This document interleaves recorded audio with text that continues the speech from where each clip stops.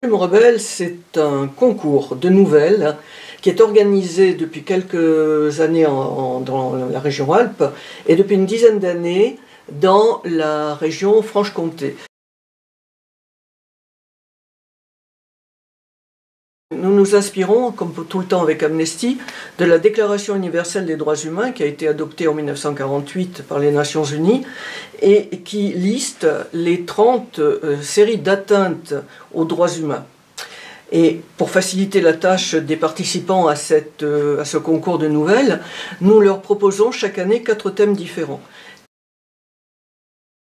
Les discriminations en général cette année, l'intelligence artificielle et ses ravages possibles, les droits acquis et les menaces qui pèsent sur eux, et les droits de la nature. C'est la version nouvellement écologique d'un mouvement qui est d'abord centré sur les violations aux droits humains plutôt économiques, politiques, sociaux et culturels, et qui maintenant désormais s'intéresse aussi à la nature.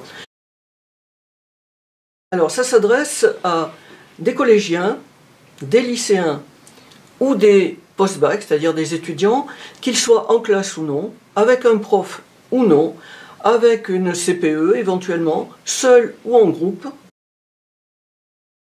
Dans la région Alpes, nous avons Chambéry, Grenoble et toutes les villes alentours. En fait, tous les gens qui veulent participer et qui font partie de la région Alpes peuvent le faire. Il y a également un concours d'illustration.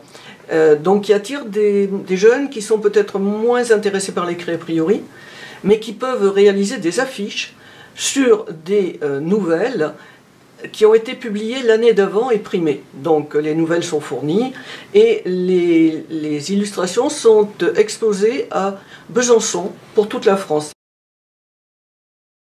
Pour participer, on va sur le site Plume Rebelle, qui est édité par Besançon, mais sur lequel vous trouverez d'abord l'historique, les conseils, les archives, mais aussi vous retrouverez la rubrique Alpes, donc pour les gens qui sont dans notre région.